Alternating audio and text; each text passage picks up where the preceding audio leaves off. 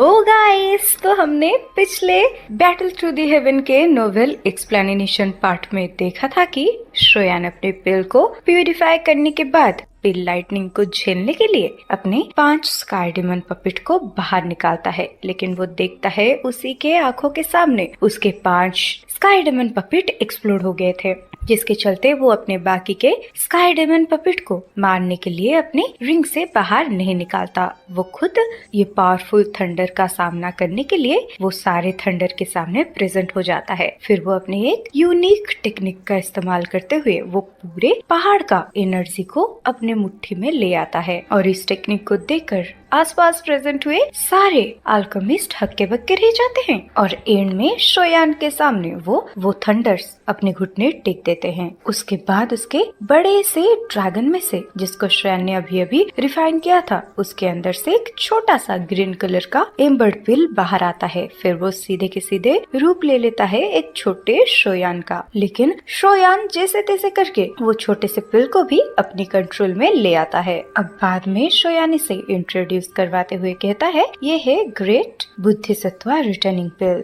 इसके यूज करने से एक बिग 1000 क्लास एक्सपर्ट का प्यांशेंग लेवल पर अपग्रेड करने का चांसेस दोगुना बढ़ जाता है, और एंड में शोयान ये एल्डर सिलेक्शन प्रोसेस को जीत जाता है। अब कुछ टाइम के बाद स्मॉल पिल टावर के एक मीटिंग हॉल पर स्मॉल पिल टावर का फर्स्ट एल्डर भी ये अलायंस में ज्वाइन करने के लिए शोयान के साथ एग्रीमेंट कर लेते हैं, जिसके वजह से शोयान बहुत ही ज्यादा खुश हो जाता है। फिर आगे के प्रोसेस के लिए शोयान उन्हें 3 दिन के बाद अपने फॉलन स्टार पवेलियन पर जाने का न्योता देता है। उसके बाद गुरु और शेले अपने फॉलन स्टार पवेलियन पर लौट जाते हैं, और 3 दिन के बाद सारे फ्रैक्शंस को फॉलन स्टार पवेलियन पर वेलकम करते हैं, और सबसे पहले वहाँ पे प्रेजेंट होते हैं फ्लावर सेट। उसके बाद प्रेजेंट होते हैं बर्निंग फ्लेम वैली का ग्रुप। फिर मास्टर यावला फ्लावर सेट के 2 ग्रेट एल्डर्स के साथ बहुत प्यार से बात करते हैं। अब यहीं से ही स्टार्टिंग होती है बैटल थ्रू दी हेवन का नेक्स्ट नोवेल एक्सप्लेनेशन पार्ट। अब बर्निंग फ्लेम वैली की एंसेस्टर को देखकर शोयान भी पहचान जाता है, यही है शायद बर्निंग फ्लेम वैली का एंसेस्टर, और ये सच में काफी ज्यादा पावरफुल है। और शोयान समझ जाता है कि एल्डर हुईवान का स्ट्रेंथ 1 स्टार डाउजन के वीक लेवल पर पहुंच चुका है, मतलब ये शोयान से थोड़ा सा स्ट्रॉन्ग है। इसी टाइम पर एंसेस्टर हुईवान आसमानों पर हंसते हुए बोलते हैं, अनएक्सपेक्टेड बात है कि इतने सालों के बाद भी याओशिन तुम जिंदा हो। ये सुनकर याओलाओ भी हंसते हुए बोलते हैं, ओल्ड फैलू, तुम सच में दाओशिंग लेवल पर ब्रेक थ्रू कर चुके हो। इसी टाइम पर एल्डर हुईवान हंसते हुए शोयान को देखने लगते हैं और बोलते हैं, ब्रेक थ्रू के टाइम पर ये एंसेस्टर मौत को छूकर टक से वापस आ गया था, और अगर तुम्हारे पीछे खड़े हुए इस लड़के के साथ मेरा स्ट्रेंथ कंपेयर किया जाए तो इस एंसेस्टर का हालात बहुत खराब है। ये सुनकर अब शोयान सबको ग्रीट करते हुए बोलता है, मैं जूनियर शोयान बर्निंग फ्लेम वैली का एंसेस्टर और फ्लावर सेट के सारे एल्डर्स को यहाँ पर वेलकम करता हूँ। ये सुनकर बर्निंग फ्लेम वैली के एंसेस्टर बोलते हैं कि इसका मतलब तुम शोयान हो, तुम सच में काफी ज्यादा आउटस्टैंडिंग हो, और तुम मेरे हुनर से बिल्कुल ही सूट करोगे। अब ये सारी बातों को सुनकर टेंगहूर भी बहुत ही ज्यादा गुस्से में आ जाती है, लेकिन वो इसे पब्लिकली अपने एंसेस्टर को कुछ भी नहीं बोल सकती, जिसके चलते वो बस अपने गुस्से भरे लाल लाल आंखों से अपने एंसेस्टर को घूरे ही जा रही थी। और इधर शोयान भी एंसेस्टर की बातों को सुनकर कुछ भी रिप्लाई नहीं दे पाता, लेकिन इसी टाइम के दौरान वो सेंस करता है कि आसमान पर एक अजीब तरीके का फ्लक्चुएशन स्टार्ट हो गया है, और वो समझ जाता है कि पिल टावर का पार्टी यहाँ पर प्रेजेंट हो चुका है। अब सबके सामने अपेयर होते हैं पिल टावर के फर्स्ट एल्डर और जुआन गोंगजी का पूरा ग्रुप। अब पिल टावर के फर्स्ट एल्डर को सबके सामने अपेयर होते हुए देख एल्डर वो जुआन भी बहुत ही ज्यादा सरप्राइज हो जाते हैं और कहते हैं, ओल्ड डिमन लिंक, तो यहाँ पर तुम भी आए हो। ये सुनकर फर्स्ट एल्डर धीरे से हंसते हुए बोलते हैं, क्या हुआ ओल्ड डिमन हुईवान, क्यों यहाँ पे आना बस तुम्हारे लिए ही अलाउ है। अब इसी टाइम के दौरान मास्टर याओलाओ इन दोनों के कॉन्वर्सेशन के बीच में कूदते हुए बोलते हैं, तो जबकि यहाँ पर सारी पार्टीज अपेयर हो चुकी है, तो चलो फिर आगे के मामले को हम हॉल पे जाकर डिस्कस करते हैं। अब वो इंस्टेंट ही पीछे मुड़कर उठकर फॉलन स्टार पवेलियन के मेन हॉल पर जाने लगते हैं और उनके पीछे पीछे सारे बंदे उनको फॉलो करने लगते हैं। अब थोड़े टाइम के बाद दिखाया जाता है फॉलन स्टार पवेलियन के एक बड़े से हॉल के अंदर सारे के सारे फिगर्स अपनी अपनी सीट में बैठे हुए थे और कुछ देर तक वो लोग अपने पर्सनल बातें करने लगते हैं। लेकिन थोड़े टाइम के बाद जैसे ही टाइम आता है अलायंस के बारे में बात करने का, मास्टर याओलाओ एक काम आवाज में कहते हैं, एवरीवन, आप सबको बहुत बहुत धन्यवाद हमारे फॉलन स्टार के अंदर आने के लिए। और मुझे पता है आप सबको हॉल ऑफ सोल के अभी के एक्शंस के बारे में अच्छे से पता होगा, क्योंकि हर साल हॉल ऑफ सोल के हाथों से मरने वाले सबसे ज्यादा अल्केमिस्ट होते हैं, जिसके वजह से सबसे ज्यादा नुकसान पिल टावर का होता है। और इतने सालों से प्रोफाउंड स्काई सेट जिस तरीके से फ्लावर सेट के ऊपर कब्जा करने की कोशिश कर रहा है, उसके पीछे भी हॉल ऑफ सोल का ही हाथ था। और एंसेस्टर हुईवान और हॉल ऑफ सोल के बीच में जो दुश्मनी हुई थी, वो भी हॉल ऑफ सोल की टेरिफाइंग स्ट्रेंथ के वजह से अपने कदमों को पीछे लिए थे। और इन तीनों fractions and hall of soul के बीच में कैसे कैसे ग्रजेस हैं, वो तो हम सबको ही पता है। और कुछ टाइम पहले प्रोफाउंड स्काई सेट ने कुछ फ्रैक्शंस को मिलाकर मेरे फॉलन स्टार पवेलियन को डिस्ट्रॉय करने के लिए प्रोफाउंड रिवर अलायंस को क्रिएट किया था। और उनके ये अलायंस में हॉल ऑफ सोल भी प्रेजेंट था। और तो और मैं और मेरा डिसाइबल शोयान बिल्कुल भी सोल पैलेस के साथ एक आसमान के नीचे नहीं रह सकते। और मैं यहाँ पर अलायंस के बारे में इसलिए बात कर रहा हूँ क्योंकि हॉल ऑफ सोल हम सबका कॉमन एनिमी है। अब मास्टर याओलाओ की बातों को सुनने के बाद सारे के सारे फ्रैक्शंस के लीडर बहुत ही ज्यादा एग्रेसिव होकर अपने सर को हाँ में हिलाते हैं। और ये बातों को सुनने के बाद एंसेस्टर हुईवान तो अपने दोनों हाथों में 2 फायर बॉल भी क्रिएट कर चुके थे और अब वो दोनों ही फायर बॉल्स को घुमाते हुए बोलते हैं, अलायंस तक तो ठीक है, लेकिन एक बार ये अलायंस को ज्वाइन करने से मुझे नहीं लगता कि हमारी फ्रैक्शन के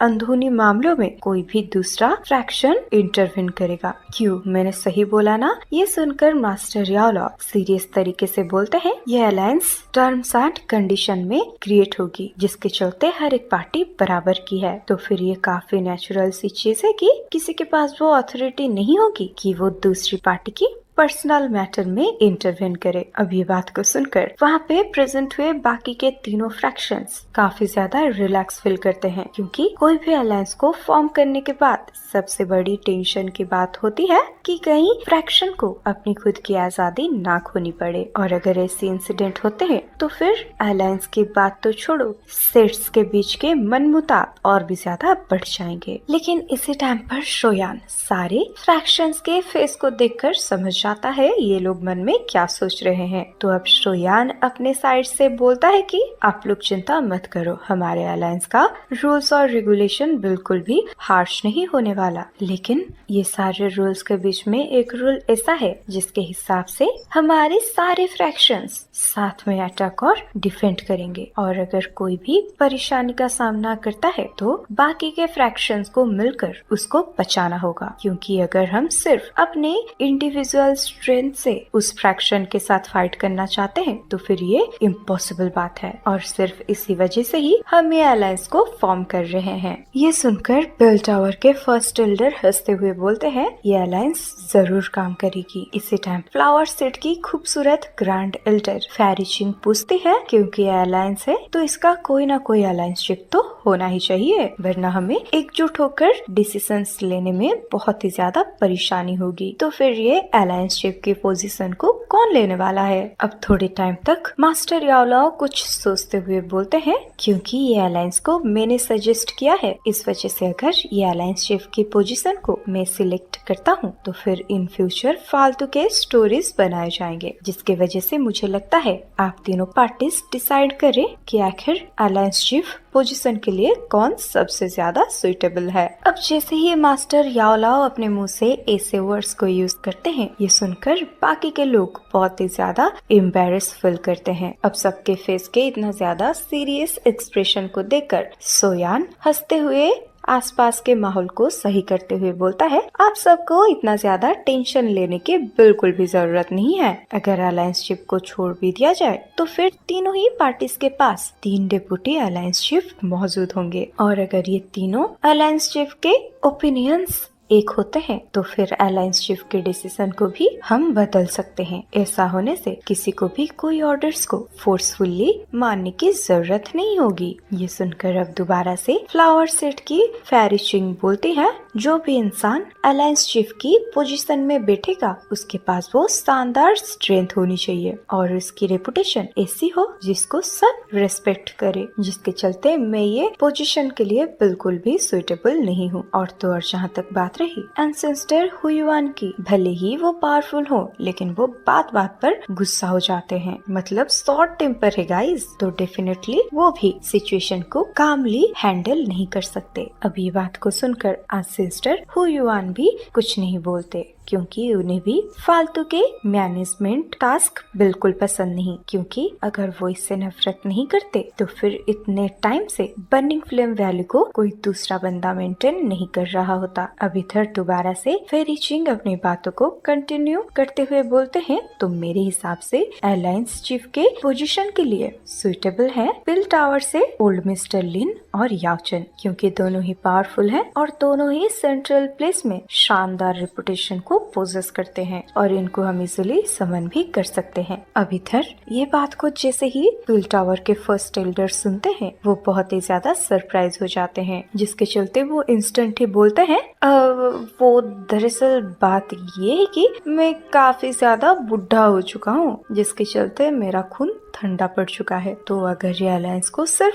खड़ा ही रहना होता तो फिर मैं एग्री कर लेता, लेकिन ये अलायंस को लाइवलीनेस और एक्टिवनेस की जरूरत है, तो अगर मैं इस अलायंसशिप की पोजीशन को एक्सेप्ट कर लेता हूँ तो मेरी वजह से ये अलायंस पूरा का पूरा फीका फीका लगेगा। तो मुझे लगता है ये अलायंसशिप की पोजीशन को याओ लाओ को ही एक्सेप्ट करना चाहिए। ये सुनकर एल्डर फेरी चिंग स्माइल करते हुए बोलती है, अगर बात ऐसी है तो फिर याओ चेन तुम इस बार ही अपने रिस्पॉन्सिबिलिटी से बिल्कुल भी भाग नहीं सकते। अब ये सारे बातों को सुनने के बाद मास्टर याओ लाओ समझ नहीं पाते वो क्या करेंगे और थोड़े टाइम तक हेजिटेट करने के बाद वो भी फालतू के बाकी लोगों के बातों को काटते नहीं है। तो अब वो बोलते हैं, अगर आप सबको मेरे ऊपर भरोसा है तो फिर मैं टेम्परेरीली ये अलायंस चीफ पोजीशन को एक्सेप्ट करता हूँ, लेकिन जब मुझे एक सुइटेबल इंसान मिल जाएगा इस पोजीशन के लिए तो मैं उसे ये पोजीशन को सौंप दूंगा। अब अपने ही खुद के मास्टर को अलायंस चीफ बनते हुए देख शोयान बहुत ही ज्यादा खुश हो जाता है। तो इसी टाइम पर वो कहता है, तो जब हमारा अलायंस चीफ डिसाइड हो चुके हैं तो अब हमें हमारा अलायंस का नामकरण करना होगा, क्योंकि जब तक अल्टीमेटली अलायंस के पास कोई नाम नहीं होगा तब तक लोग इसे अपनाएंगे नहीं। तो आप सब एक नाम सजेस्ट करो। अब ये बात को सुनते ही एंसेस्टर हुयुआन कूदते हुए बोलते हैं, अगर कोई इसका नाम देना चाहता है तो इसका नाम ग्रैंड होना चाहिए, कोई येरे गेरे नत्थु खेरे नाम के साथ ये अलायंस सिर्फ सबके सामने हंसी मजाक बन के रह जाएगी। तो मैं तो कहता हूँ इसका नाम अल्टीमेट राइशन सॉल बोलो। ये नाम को सुनकर शोयान एकदम से सरप्राइज हो जाता है, और गाइस ऐसा नाम कौन रखता है भाई? अगर ये नाम को रखेंगे ना तो ऑफ कोर्स लोग हंसेंगे। अगर नाम रखना ही कुछ यूनिक सोचो तो यही चीज सोयान क्या बाकी सारे लोगों के दिमाग में भी स्ट्राइक होता है। अब थोड़े टाइम के बाद ये पूरे साइलेंसी को तोड़ते हुए फर्स्ट एल्डर बोलते हैं कि अगर हॉल ऑफ सोल के बंदे सोल को हॉल की तरह यूज करते हैं तो हमें एक ऐसा नाम रखना चाहिए जो इसे भी सरपास करता हो। आई गेस हमें हेवन को मेंशन की तरह यूज करना चाहिए, इस वजह से क्यों ना हम इसे हेवन मेंशन बुलाएं। ये सुनकर शोयान भी स्माइल करते हुए बोलता है, सोल को हॉल की तरह यूज करना और हेवन को मेंशन की तरह, हाँ आपका ये आइडिया काम कर सकता है, लेकिन हेवन तो आसमान है, तो चलो क्यों ना हम अपने अलायंस का नाम स्काई मेंशन रखें। तो आप सब क्या बोलते हो? अब इसी टाइम पर एंसेस्टर हुयुआन अपने दाढ़ी को सहलाते हुए बोलते हैं, स्काई मेंशन, इसका मतलब आसमान को मेंशन की तरह यूज करना। ये नाम सच में काफी ज्यादा ग्रैंड है, तो चलो यही रखते हैं। अब सबको अपनी बातों पर आगे बढ़ते हुए देख मास्टर याओला स्माइल करते हुए बोलते हैं, तो चलो क्योंकि अब कोई भी ऑब्जेक्शन नहीं उठा रहा है तो हमारी अलायंस स्काई मेंशन कहलाएगी। अब शोयान खुश होते हुए अपने हाथ में एक वाइन के ग्लास को पकड़ते हुए बोलता है, तो चलो जब हमारा अलायंस सक्सेसफुली फॉर्म हो चुका है, तो चलो हमारे अलायंस के नाम पे एक एक ड्रिंक हो जाए। लेकिन इसी टाइम पर अचानक से उसकी आंखें डार्क और चिल्ली हो जाती है, क्योंकि वो हॉल के सेंटर में दिखता है वहाँ का स्पेस हल्का सा डिस्ट्रॉय हुआ है और वही डिस्ट्रॉय जगह से एक डेंस ब्लैक फॉग बाहर आने लगता है। और साथ ही साथ इसी टाइम पर सबके कानों में जाता है एक अजीब सा आवाज। अब वो आवाज कहता है स्काई मेंशन। हाँ, ये नाम सच में काफी ज्यादा डोमिनेटिंग लग रहा है, लेकिन ये हॉल चीफ सच में देखना चाहता है क्या तुम्हारे पास इस अलायंस को एंजॉय करने की लाइफ भी बचेगी या नहीं। अब जैसे ही शोयान हॉल चीफ का टाइटल को सुनता है, वो बहुत ही ज्यादा सरप्राइज हो जाता है और वो समझ जाता है ये हॉल ऑफ सोल अपने एक बंदे को यहाँ पर भेजे हैं ये अलायंस के बीच में इंटरवीन करने के लिए। अब थोड़े सेकंड के बाद हमें दिखाया जाता है वो डिस्ट्रॉयड स्पेस में से डेंस ब्लैक फॉग बाहर आकर एक ह्यूमन फिगर का सेफ ले लेता है।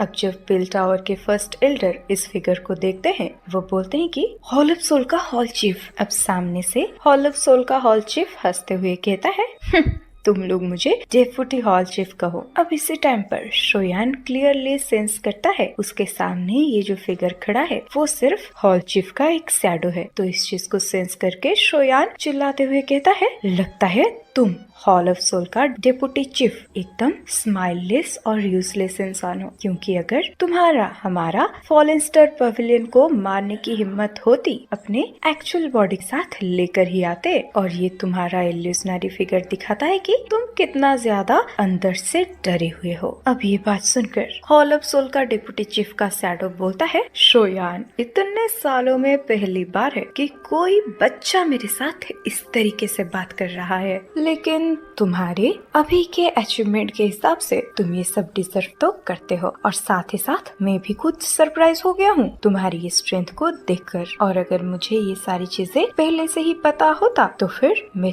तब से तुम्हारे शाओ क्लान को डिस्ट्रॉय कर देता। ये सुनकर शोयान और भी गुस्से में बोलता है तुम्हारे हॉल ऑफ सोल के बंदे पहले से ही मुझे ये सारी बातें बोल चुके हैं, लेकिन तुम खुद ही देख लो उन सब का हालत अभी के लिए कैसा है। और अभी के लिए तुम जो खुद को हॉल ऑफ सोल का डिप्टी चीफ कहते हो वो यहाँ पर इस तरीके से बकवास कर रहा है। और अगर इसी चीज के लिए तुम यहाँ पर आए हो तो फिर यहाँ पर तुम्हारी ये शैडो का एग्जिस्ट करने का कोई भी जरूरत नहीं है। ये सुनकर सामने से वो डिप्टी चीफ का शैडो कहता है नेचुरली मेरा यहाँ पर आने का रीजन तुम्हारे हाथ में प्रेजेंट हुआ वो ताओसी एंशिएंट गॉड जेट है। अब इसी टाइम पर वो अपने हाथों से एक शीशे को नीचे गिराता है और अब हमें उस शीशे के अंदर के सीन को दिखाया जाता है। और उसके अंदर हमें दिखाया जाता है ब्लैक कलर के चेन ने एक इंसान को रैप करके रखा था और वो इंसान बहुत ही ज्यादा दुबला पतला होता है। अब इस फिगर को देखकर शोयान का चेहरा एकदम से गुस्से में लथपथ हो जाता है। अब शोयान अपने चेयर से खड़ा होकर चिल्लाते हुए अपनी बॉडी से टेरिफाइंग ऑरे को रिलीज करने लगता है, जिसके चलते उसके आसपास प्रेजेंट हुए सारे के सारे